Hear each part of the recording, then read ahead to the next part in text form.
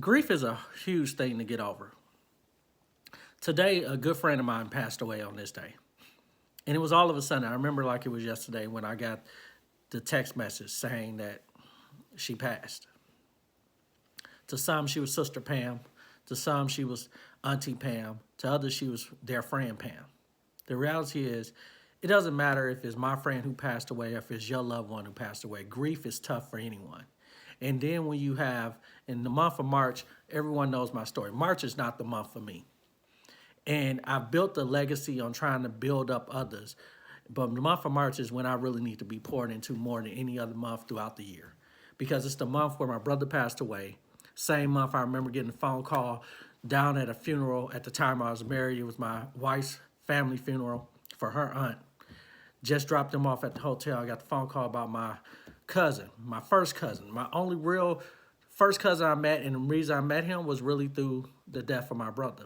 And we just stayed connected. We were both, he's a star athlete, I was a good athlete, both academically sound, still doing a lot of things out in the community, in the world. You know, I remember his tragic car accident prior when I was in college and things of that nature. But the reality is, I'm saying all this to say, I remember getting the phone call about his death.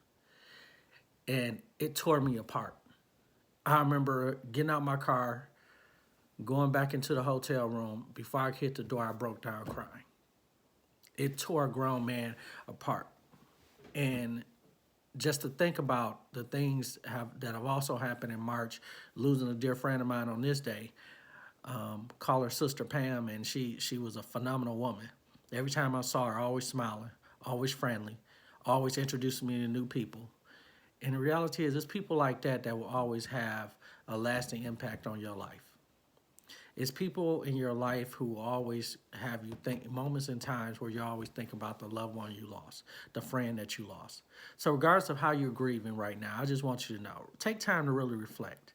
Take time to really just pay attention to what's around you. Love those who are still living. But most of all, if you're still grieving a loved one, don't be afraid to seek out help. Go get counseling. Some of us, it takes us 6 months, a year to really just express to others that you're still hurting. You're still grieving. And for some of us, it probably takes us 8 years just to say, hey, I'm still grieving the loss of my father. I'm still grieving the loss of my best friend. I'm still grieving the loss of my brother. But regardless of what it is, know that there's help out there. There are grief counselors. There are therapists. There are people you can go to who can simply help you get through the processes of life so that you can not get over it, but you can live better as you move forward, living on their legacy. So don't listen to people who say, you should be over it. Get over it. I'm not one of those to tell you that. What I'm going to tell you to do is make sure you're walking in a path that uplifts you and encourages you and living on the legacy of the loved one who passed. So go reach out and get the help necessary. There's tons of therapists out there. There's tons of grief counselors out there. There's tons of people who can bridge the gap and help you get over the grief that you're experiencing so that you can live a more productive and sufficient life. Those are just tips I just want to give you. So I'm not here to tell you to get over it, but I'm praying for anyone right now who's dealing with grief, because grief can eat up at you, and it can cause you to lose out on many opportunities and moments in life. And I don't want anyone to miss out on moments, but I want you to enjoy the moments in life so that you can live on the legacies that those who passed away instilled in you. So stay encouraged, stay strong.